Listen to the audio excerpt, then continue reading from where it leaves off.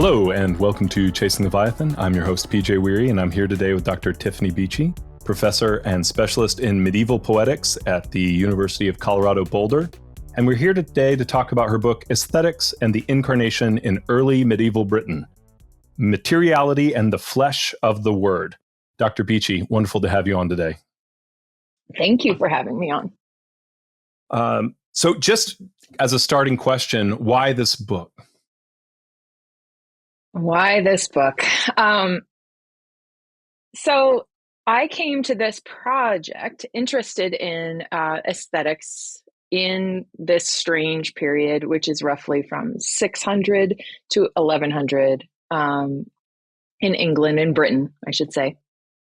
And it's long been kind of this head scratcher that a lot of the most interesting artifacts, including texts and stone sculpture, all sorts of things, are hard to account for using classical models, classical theory. And the conundrum is that these people, especially when it comes to vernacular writing and sort of very complex native products in terms of visual art, they don't have treatises accompanying them the way that Greece and Rome do. And so the default has been for scholarship to sort of impose or supplement the early medieval archive using those more ample meta materials from the classical world.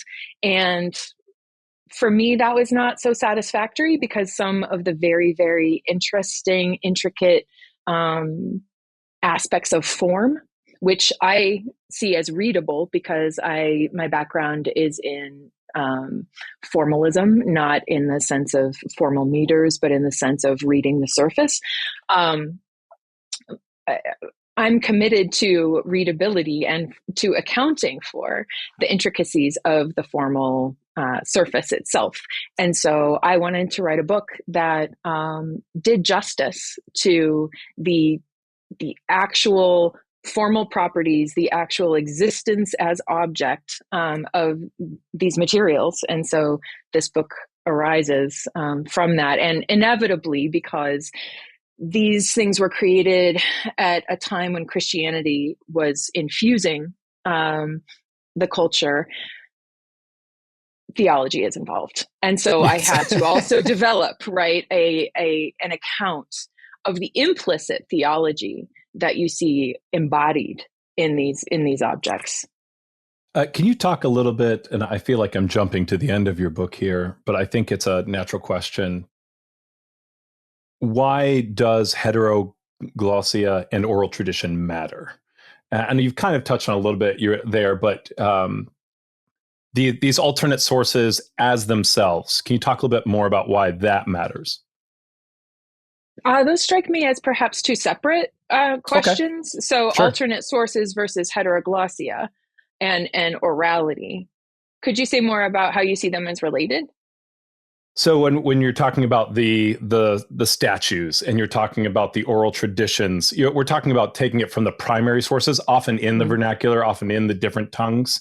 And whereas generally, from what I understand in your field, there's been an emphasis on those metamaterials, but reading things as coming from just like, what is their own reading of themselves? Because of course, reading it through someone else's lens is different. Am I on the right track there, or am I making a fundamental error? That's totally okay. No, it's okay. It just I would see orality and the sort of like the contact situation in terms of the multiple languages on the island at play with their varying levels of authority. Let's say vis-a-vis Christianity. Those are kind of like the conditioning factors, or they form the sort of like discursive milieu out of which these artifacts arise, right? And so for me, it was important to countenance the sort of contact situation in Britain at the time as a way to then render readable the complexity that was there in, for instance, the Rothwell cross, which uses multiple scripts and multiple even traditions of visual representation in sort of proclaiming a particularly insular Christian truth. And there are multiple other examples of just play with different scripts, play with different languages in a way that is sort of pregnant with theological meaning. And I want to make sure that I understand you here correctly, but I think this is a question that makes sense. The oral traditions and the heteroglossia do hint at or provide the conditions for kind of people often with less authority, but still speaking to, maybe you could talk about the histories involved, maybe Sure. that particular situation, for instance, that we talk about, you talk about the myth of Anglo-Saxon, but also like, I read G.A. Henty as a kid, read the Battle of Hastings, right? Like it was a historical fiction novel because, parents are like, it's edutainment, it's great. But so there's a very particular story of the Battle of Hastings. It's like you have English and you have French, and it seems like that's maybe not, maybe that's a little bit of an oversimplification. So can you talk a little bit, maybe, just maybe.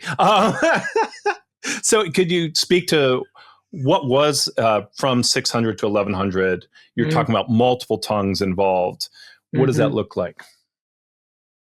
Yeah, it's so much complexity, and it's, I try to like set the stage in my old English class, for instance, with this prehistory, and my students' eyes, like I have this like stress memory of my students' eyes glazing over because like they think Old English is Shakespeare, you know what I mean? So it's just like the thought of like where to begin is always there in my mind.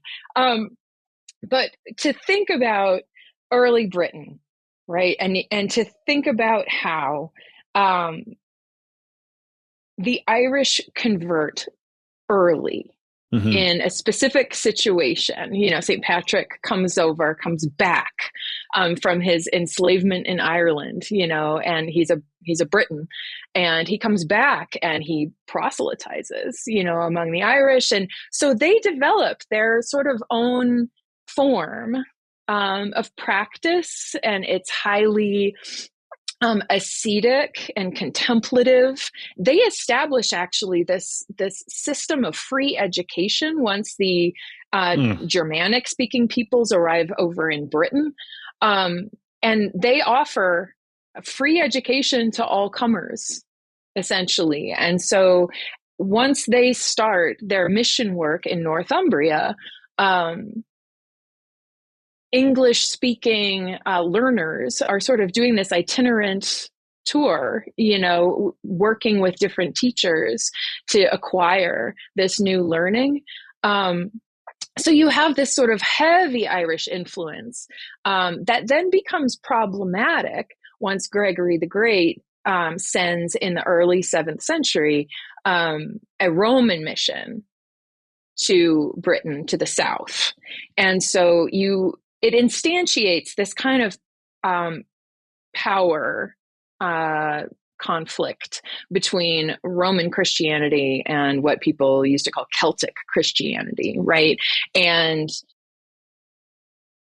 there were a lot of polemics on both sides, and Bede is really caught in the middle of that as someone who is deeply learned and understands the enormous debt that the English owe to their Irish teachers, but then he also values the Roman authority and the sort of importance of belonging to a continental Christendom, the sort of political power that will come from those associations. So there's a decades long, if not more, struggle Mm. between those kind of two main factions. And I mean, I kind of make light of it in my book. I feel a little bit bad about starting the book with like the controversies over the tonsure at being like an issue of hairstyle. um, but really, there were two like central points that of conflict that get mentioned again and again. I mean, Hmm. really, the issue is who has authority. But the Yeah. two central points in that conflict are, you know, how monks are going to wear their hair, and then also how do you calculate Easter when it falls. And I mean, the issue of who gets to say when a major holiday occurs, that's authority over, you know, the cosmos, essentially, right? It's authority over the governance of time. So the landscape, I mean, I'm going pretty far afield here, but No, it's great. okay. The landscape then in early Britain is one of the meeting of peoples.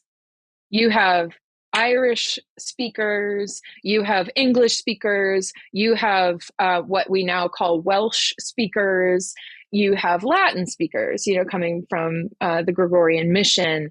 Um, Do you have you Germanic in also, there, or is that the well, English? English is Germanic, right? So Okay. Yeah. Okay. Old English is a West Germanic language, and it Okay. was, you know, spoken in several dialects by the different tribes that came over in the vacuum of power left when Rome fell, essentially, and abandoned the island. So we call it Old English, but then there are these various dialects and, you know, disparate peoples there in Britain, and they're jostling, you know, with their Celtic speaking neighbors the whole time, and intermarrying with them. The archaeological Of record course. has shown. Yes. Yeah, Yes. yeah. Real quick, as an example, because I think just to kind of reinforce this, because I talk my background in like hermeneutics and often delves into these questions of authority. And an example I've often used when teaching about this is in America, red means stop, yellow means slow down, green means go. But in some countries, blue means go. Now, which color it is doesn't really matter. But we do understand that if like if you had two competing political power systems and like if people are like, wait, so do we put blue or do we put green up there? It is something people would get angry about because it's not about the color. It's not about the hairstyle. It's about who gets to make the decision about traffic Right, laws, which is actually pretty important, right? It's like right. it's also a question about many other things. So just relating to the cosmos, you know, I mean, I think you did a good job explaining it, but to put it in modern day terms, I don't know if that's helpful at all. No, it's completely helpful. And you know, whereas we would see, I mean, that's a particularly utilitarian materialist, you know, Yeah. example, right? Because people will get in car crashes. But if Right. you are within the thoroughly uh, theological framework, right, of early medieval belief, then Yeah. at issue, it's not trivial when you celebrate Easter. The Yeah. stakes, as I tell my students, the stakes of error are not just like, oh no, I was wrong and now I can change my mind. It's being wrong means you're a heretic, and you Yes. know, I tell them that it's chutes and ladders, you know, to hellfire.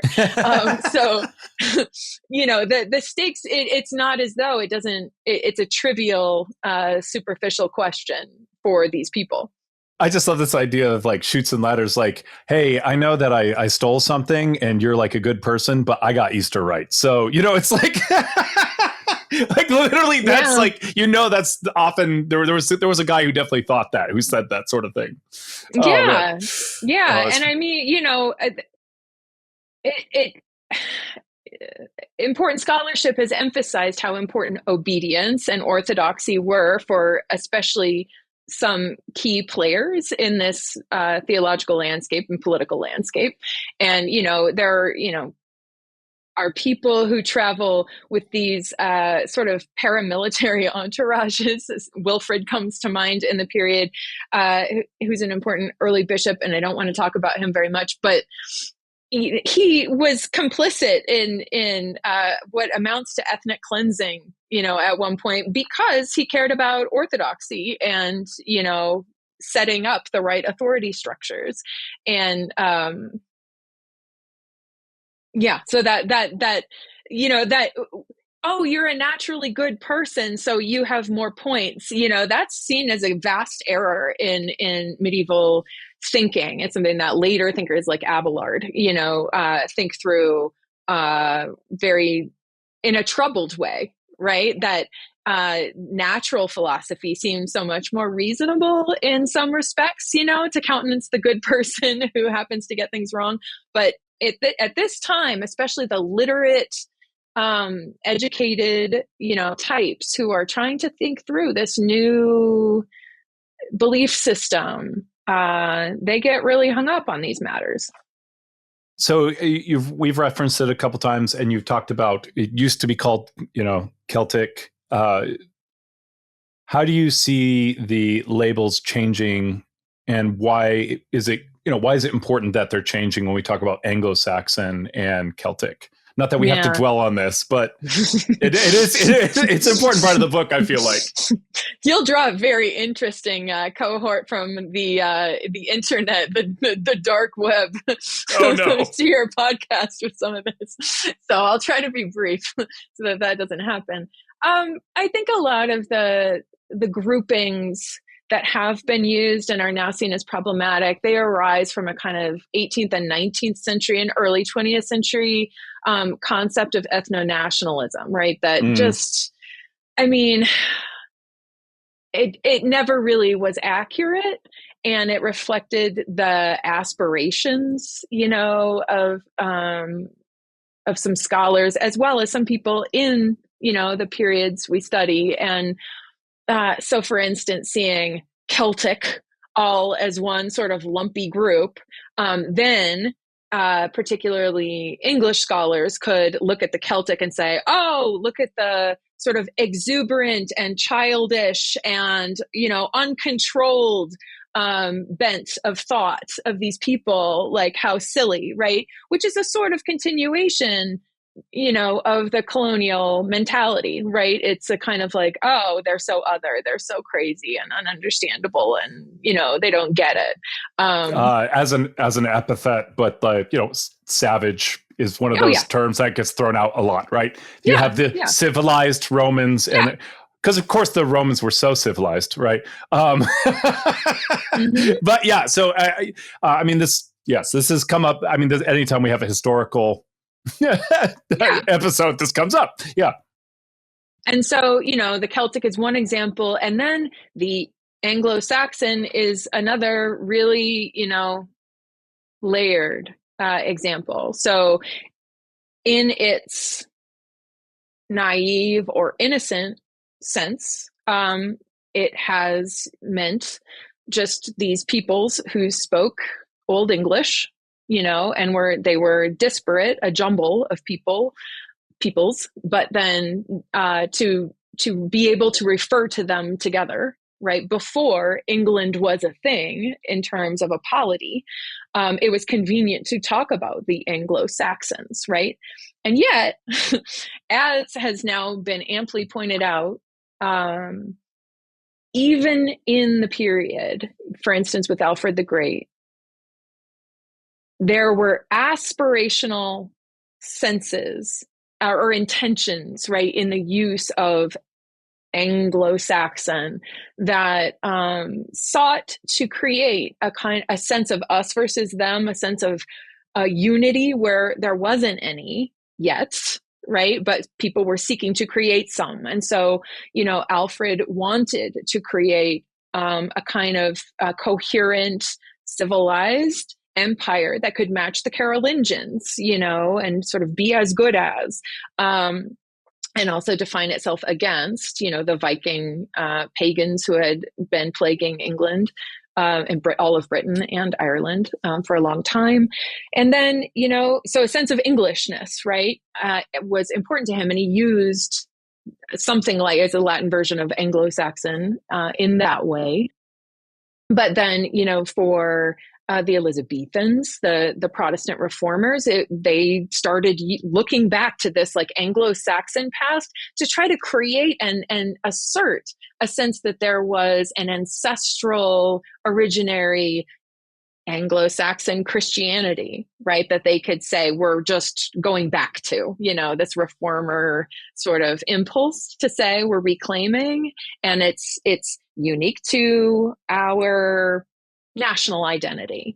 And then, of course, Thomas Jefferson, establishing the University of Virginia and seeing he wanted to put Hengist and Horsa on the U.S. seal. And it was important to him then to sort of claim an Anglo-Saxon past that was explicitly racialized, right? And nobody thinks that's cool. Well, people do think it's cool, unfortunately, but Point taken. Point taken. Yeah, Yes. responsible scholars don't think that's cool anymore.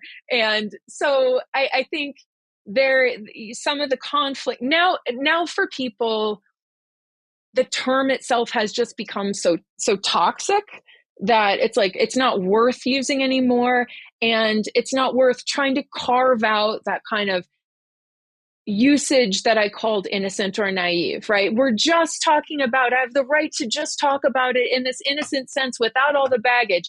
I mean, the point that a lot of people are seeing is that there is no without all the baggage, and we are responsible for the ways that, our archive and the period we study have been used and continue. Like if you ask students in an undergraduate classroom, you're just like, what are the connotations? Tell me what Anglo-Saxon means. You know what they say? They say white. Yeah. Oh, and that would make sense. I just finished The Faithful Executioner by Joel Harrington. And just to show how this stuff like continues, and he was talking about the town's executioner in Nuremberg. And he, just at the end of it, and this just really struck me as you're talking about national identity and the way that we read it back in. Of course, I'm telling my daughter about this, and she's like, "So in Germany, I was like, well, like it's Nuremberg. It's not Germany at that point, right? It's the 1500s, right?" Mm-hmm. And then at the end, so it was Nuremberg, and then Bavaria took over it, and then German, obviously. There was that German, like exactly that whole story, that whole history that's told. And apparently to this day, Joel Harrington he's more of a popular historian, but he went to Nuremberg and he said, it's still a joke there today. They call it the Bavarian occupation, which it's funny, right? Mm-hmm. But there's still that history and that memory of like, we were independent and then they took over, right? It's like, if it lasted that long, at the time, people definitely did not see themselves as Bavarians. And there was just always this like ancestral thing that we're all like part of. We're all Germanic. It's like, no, we're Nuremberg and you've aggressive, like you invaded. Mm-hmm. And so I think as another example, maybe, I don't know, maybe that'll draw out more of the dark webs. Maybe I made it worse. I feel like people care less about Nuremberg. Nuremberg has some other connotations. Yes, I was like reading the whole time. I was like, yeah. Anyways, but yeah. So, but similar. I mean, we see this. It's like people saying Italian. And it's like, I mean, 100 years ago, 150 years ago, that was just becoming a thing, right? And you still see them fight over food, which does seem like a very, I get it because the food's good. So not to dwell on that too long, I know I'd love to hear more about the aesthetics side of your book. So I appreciate you walking me through that. Particularly, you kind of mentioned at the beginning the formalism, studying the surface. How does Deleuze's Baroque aesthetics, his phenomenology of the surface, inform your work? Yeah, I wouldn't say that Deleuze is like the foundation of my analysis, but it informs my treatment. It's kind of in the heart of the book of surface as surface. So there's this really, interesting way that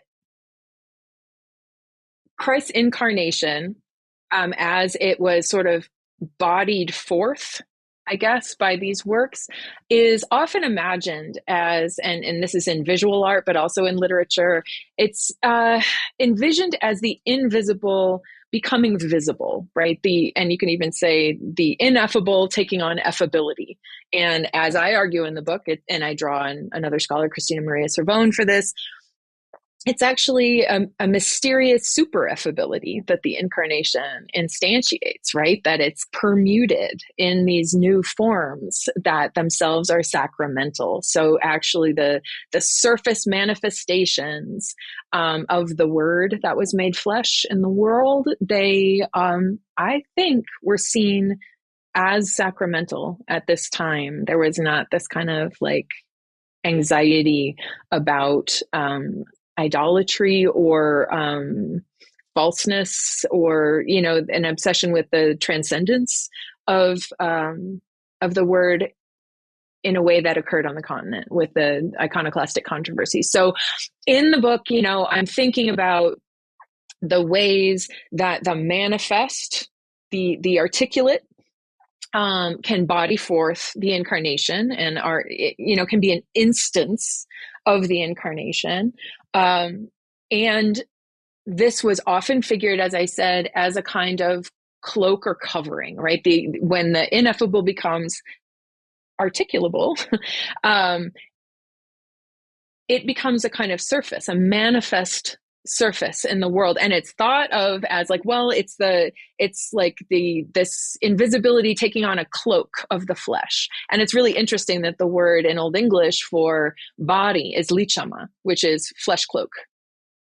Right.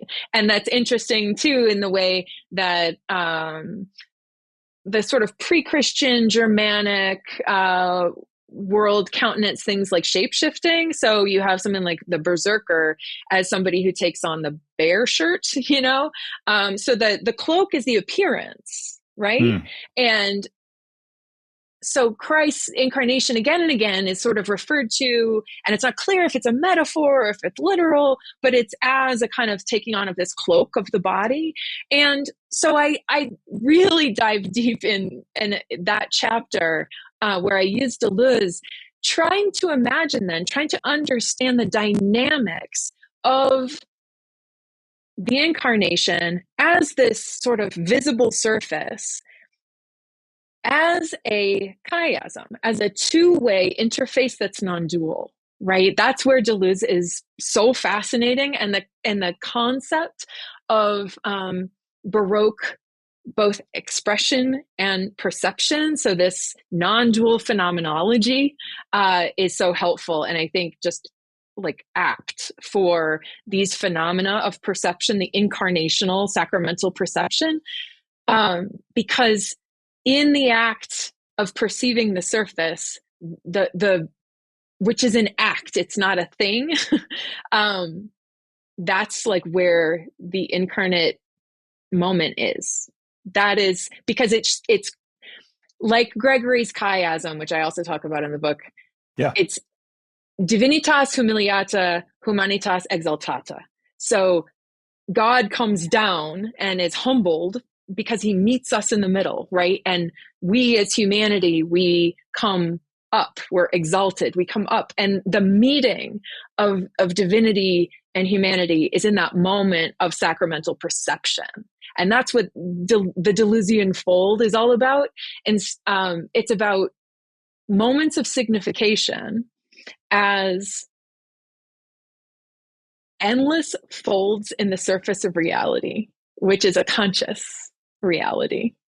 So if I could contrast it, for instance, with Derridian signification, which is so anti logos, right? It's so like there is nothing transcendent that exists behind the sign that the sign is pointing to, right? Derrida is all about the endless deferral of meaning, right? So there's an articulation and then meaning, poof, it like defers and it slips and there's only the trace of it. And it's just endless traces that you're always chasing, right? And it's this sort of kind of obnoxious exposition of the endless, like ping, ping, ping, ping, there it goes. And, to me, I mean, I've used Derrida extensively, especially in my first book, but there's a kind of like obsession with the absence of meaning, right? So it's still dual. It's still dualistic. Like, oh no, it's escaped from me, and I'd still love to chase it. Whereas in this sort of Baroque model, there is no transcendental signified, as Derrida identified it, to chase after. That transcendental signified would be the like pre-incarnate logos, right? The logos as the wisdom, of the divine, existing in the divine realm, outside time, ineffable. But the incarnation created this possibility of perceiving, right? The inextricable union, the hypostatic union between divine and created, right? Which is Christ, which is the incarnation. And so that happens anytime there is a moment of articulation, right? That happens. And it is both perceiver and perceived. It's that moment of the chiasm where the two touch, and we participate in that moment. Did that make any sort of sense? Yeah, because it's an act, not a thing. Yeah. So it's in the moment. When Deleuze says Baroque, what does he mean by Baroque? He identifies this kind of fractal complexity, this kind of like infinite capacity for folding and folding and folding, right? That creates an infinitely dense texture. So is it in reference to kind of like Baroque style in the way that it is super intricate? Yeah. I mean, and on one level, yes, but he, of course, like takes it to a mathematical level because his basis is Leibniz and calculus, so there's a kind of like abstract and mathematical aspect to it as well. I've just never heard of Baroque inside a mathematical side. That's why I was trying to find the connection there. So I understand it in terms of complexity and design. So is that, am I on the right? Mm-hmm. Okay. No, absolutely. Yeah. And I mean, I'm like kind of freakish in drawing, Deleuze's Baroque aesthetics together, with early medieval concepts of the phenomenology of the incarnation. But again, it was simply a mercenary act. Like it was useful to me in thinking about how can this abstraction of the incarnate surface, the manifestation of a visible, divinity, how does it act in the world? And what is the sort of theology? What's the physics and metaphysics of our interface, with it? And so it was just useful in articulating and charting that territory for me. Sorry, and I was trying to pay attention. I got really caught up in you saying a mercenary act, and then I had images of you like accidentally like using a letter opener and like slicing your finger and looking at your class and being like, "I ain't got time to bleed." That's forgive me.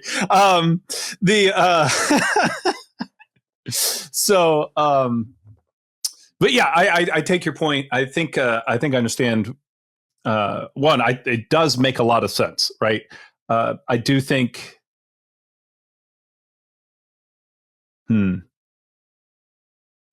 Without trying to just throw a massive curveball at you, because I've read John of Damascus' Defense of the Divine Images, and I know that from what I understand, I have not read in depth, and I'm sure I've read some horrible oversimplifications of Celtic Christianity, right?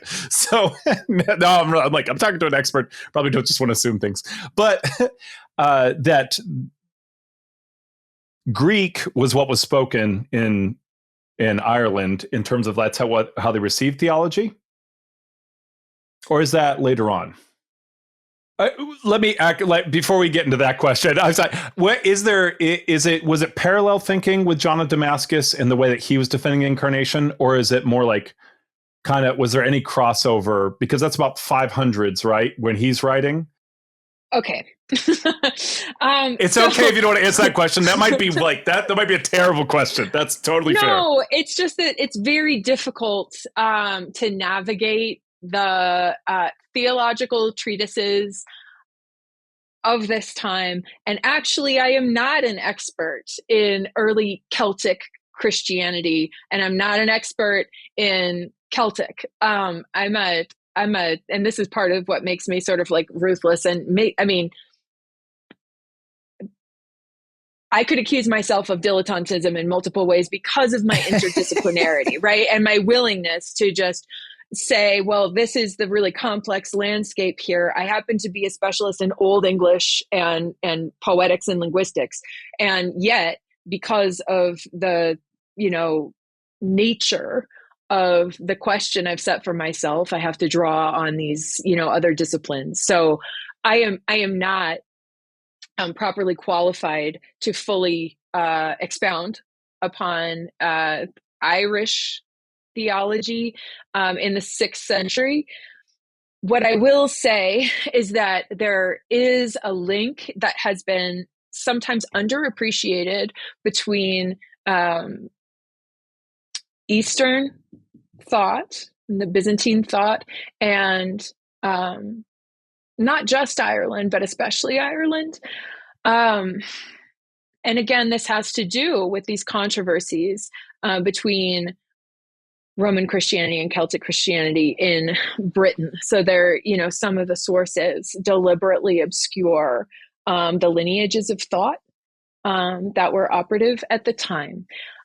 What's been important, though, for me, in at least the argument I make in the book, is that the so-called iconoclastic controversies that raged on the continent, right, and were so important in people then staking out this territory vis-a-vis images. And by images, you can talk about actual literal, like visual images, but it also then, concerns representation itself of many kinds, right? Those controversies that so raged, they don't have purchase in Britain in the sort of complex mix that I call insular in the materials that I look at. So, and this is something that it's not just me, arguing this. There's a book on art and incarnation that was done before me that found that there was just no problem with material representation, with representation itself vis-a-vis the incarnation and the divine in among the especially English-speaking groups in Britain. So the what used to be called Anglo-Saxon church. There wasn't that anxiety in terms of representation.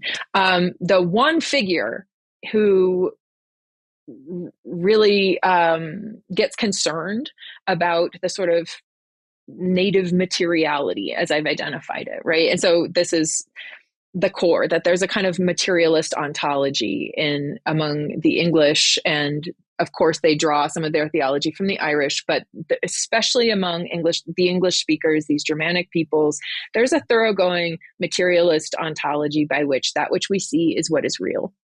And so the one figure in this cultural mix who really does become really concerned about it is Alfrich.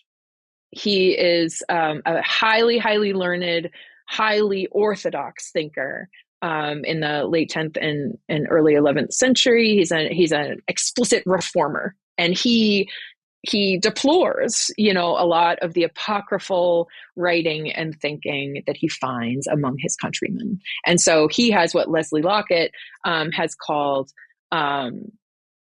a sort of war against his native materiality. He just mounts a campaign, to sort of assert transcendence as the thing that matters. And so this is a long way of just asserting that what I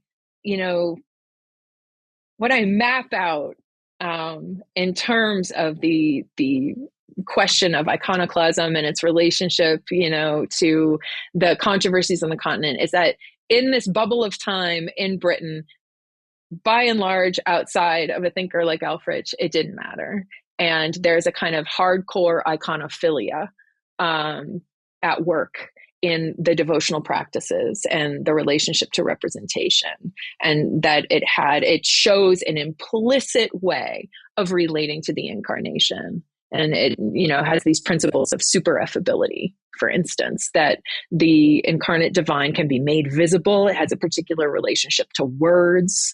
Words can permute and express the divine in these increasingly complex ways, in ways related to poetic obscurantism, that paradoxically then in their very obscurantism, they manifest the mystery, of the divine word. And that all of that just becomes not possible under the standardizing auspices of continental orthodoxy, as it eventually coalesces. And so what you could see, and what I state sort of early on in the book, is that what starts, at least among Germanic speaking peoples, as this expansive view of the incarnate divine in the world, the possibilities for it, it shrinks into that disk of the Eucharist under the pressure of orthodoxy and the sort of consolidation of power, you could call it, in the Carolingian Empire. Thank you. I knew that was kind of a wild question, so I appreciate your graciousness with it. And I think the answer then is, if I'm reading John of Damascus, who is emphasizing Christ's incarnation as like valuable and in defense of art and in defense of images, you could probably draw, like they're drawing from certain streams probably for Irish theology, because they would have shared, like Patrick would have been coming from there. But the real answer is John of Damascus isn't writing for, obviously he's not writing for Ireland, but like he's writing in the middle of the iconoclast controversies that aren't happening in England. So the answer, like the fact that you even have to have a defense of divine images is,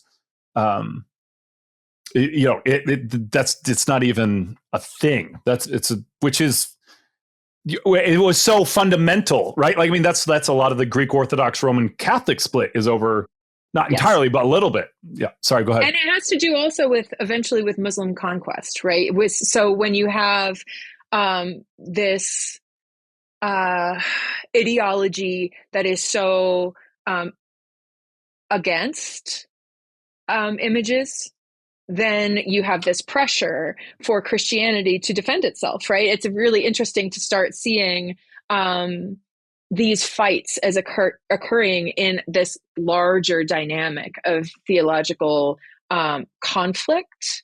And so, the Byzantine Empire, is right up against that pressure, and then is engaged in relating as well to the Western Church. So it's sort of caught between these two, and the controversies arise from those sets of pressures. And so in the North Sea, in these islands where a native materiality was kind of reigning, you just don't have that pressure. You can see it in sort of physical terms like that. Is there that pressure or isn't there? And I just, people again have so mapped the intellectual world of the continent and of the classical world onto the culture of Britain, that we haven't really seen what's there for its own dynamics. So one, you've been very gracious. Thank you. Not a similar question. Moving in a slightly different direction in your book, we've talked about folds. What role does opacity play in the wisdom tradition? And what is the wisdom tradition? What does that mean in this insular context? Mm-hmm. Mm-hmm. So, the wisdom texts are some of the least well studied because they're so strange and insular. They were sort of created often for and among this in crowd, of literati, both among Irish scholars and then among English speaking scholars. And at the time, but they range from things like, the works of this Irish scholar called Virgilius Maro Grammaticus, who wrote these treatises on grammar, but it's not real grammar. It's like fake Latin grammar. According to him, there are 12 Latins and all these made up words that he brings in from various languages. And Vivian Law, a scholar more active in the late 20th century, found that sort of the core mode of Virgilius and its underlying ethos was multiplicity, that there are multiple paths to a divine truth. But she was working really hard to find that kind of method in the madness, right? And Michael Heron has talked about this sort of convoluted Hispanic Latin tradition as the history of the scholarship of it as fluctuating between, what does he say, madness and despair, something like that, like the history of scholarship on those works. Things like Virgilius, things like this set of dialogues that I've studied extensively called the Dialogues of Solomon and Saturn. There are these poems in Old English that stage these battles between the Pater Noster and the devil, for instance, and the individual letters of the Pater Noster whoop up on the devil, in these really interesting ways. And it seems really crazy until you understand that the individual letters of the Pater Noster are actually little incarnational particles. They're sacramental, because the Pater Noster is the prayer that Christ in an embodied form spoke on the Sermon on the Mount, right? The Our Father, it's the words of the Word. And so they're permuting endlessly, they're meditating on this concept of the Word that was made flesh. And so you can take these individual letters and you can envision them as little action figures, right? Or little superheroes that can go and can battle the devil on their own. And why can they do that? Because they actually are Christ, and there are these various ways that poetically in those dialogues, the equation is made between the prayer and Christ himself. Sorry, go ahead. No. The word of God is alive and powerful, right? Absolutely. Kind of that, yeah. I mean, it's so interesting to see different ways that Scripture, just by focusing on specific passages, you get different, whereas in the kind of Latin tradition and certain Greek traditions, you see more of that emphasis on it's divisive, or it's discerning and it cuts. And then you see other ones where it's alive and material, and both of those are there in the Bible, but then that they're using, right? But it's showing up very differently. It's fascinating. Yeah. Sorry, I just wanted yeah. No, absolutely. And then the last text I treat a lot, in talking about the wisdom tradition is the Old English riddles. Well, actually, I don't talk about the Old English riddles as much in that chapter. I talk about an Englishman's Latin riddles that then inspire the Old English riddles. Alltown, he has these riddles called the Enigmata, and it's actually a series of 100 enigmas that particularize aspects of the creation. So each one is a different sort of natural thing in the manifest world of reality that is sort of defamiliarized. So the title is the object, and then the riddle itself is this wacky way of seeing it. It's rendering obscure what we thought we knew. And then by the end, the last riddle is creatura, creation itself. So it's all those 100 riddles, or all those 99 went whoosh, and are embodied in that last one. And then the last line of it is say what my name is, or what name do I make? And it's obvious because the title was creatura, but I think it's actually gesturing towards the word, right? That what name do I make? I think it's the divine name ultimately. So the wisdom tradition texts are these texts that meditate on language and its relationship to the word itself, right? And its divinity, essentially. And they're wild and really interesting and hard to treat in sort of orthodox ways, both orthodox in Christian terms and in terms of scholarship. And they have this like interesting literary debt, I think, to the older Irish tradition that even predates Irish Christianity, which is what John Kerry has called mantic obscurantism. So even, pre-Christian Druidic culture had this very, very active sort of poet priest aspect to it, whereby ever more elaborate obscurations in language. I'm finally answering your question, actually. That's great. Ever more elaborate ways of scrambling reality in language that is dense and opaque, paradoxically, reveal the nature of the divine mystery of reality, right? So when you are most confused, when reality is the densest in its representation in language, that's when you're actually seeing something about God. And that is something that, again, I said it was a sort of pre-Christian thing, a mantic obscurantism, but it makes its way into the Christian tradition. And it makes its way, I argue, into the work of foundational figures like Aldhelm, and eventually into the Old English riddles of the Exeter book as well. Dr. Beechy, it's been absolutely awesome to have you on today. I want to be respectful of your time, so if I could ask you one more question. Besides reading your excellent book, thanks for calling it excellent. Appreciate that. Yes, I am happy to say that. Though, full disclosure, my day job is digital marketing. So maybe that's. I think your book is excellent, though. Besides reading your excellent book, what is something that you would tell someone who's listened to this whole podcast to either do or think over the next week? After having listened to this, what's something they should kind of meditate on, or something that they should go and do? The first thing I would say, acknowledging I have no authority to tell people what to do with their time, would be to put down their device and just go select a book and open it and just spend time with it.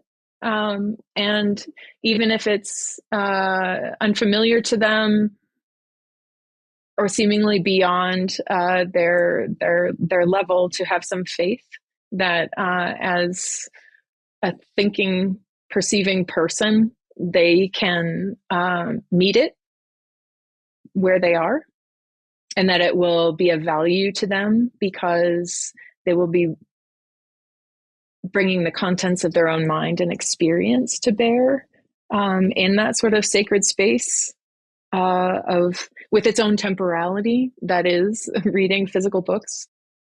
And also, secondly, I would say, and this I think does draw a little bit on some of the commitments of the book and of the material that the book is concerned with. I would say to be open to the liveliness that is out in the world of their experience, that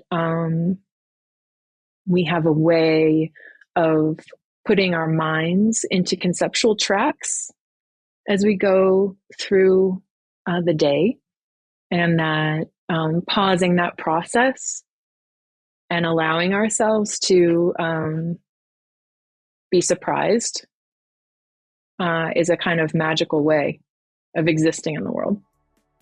Appreciate the opacity. Yeah. A beautiful answer. Thank you, Dr. Beechy. It's been a tremendous pleasure having you on today.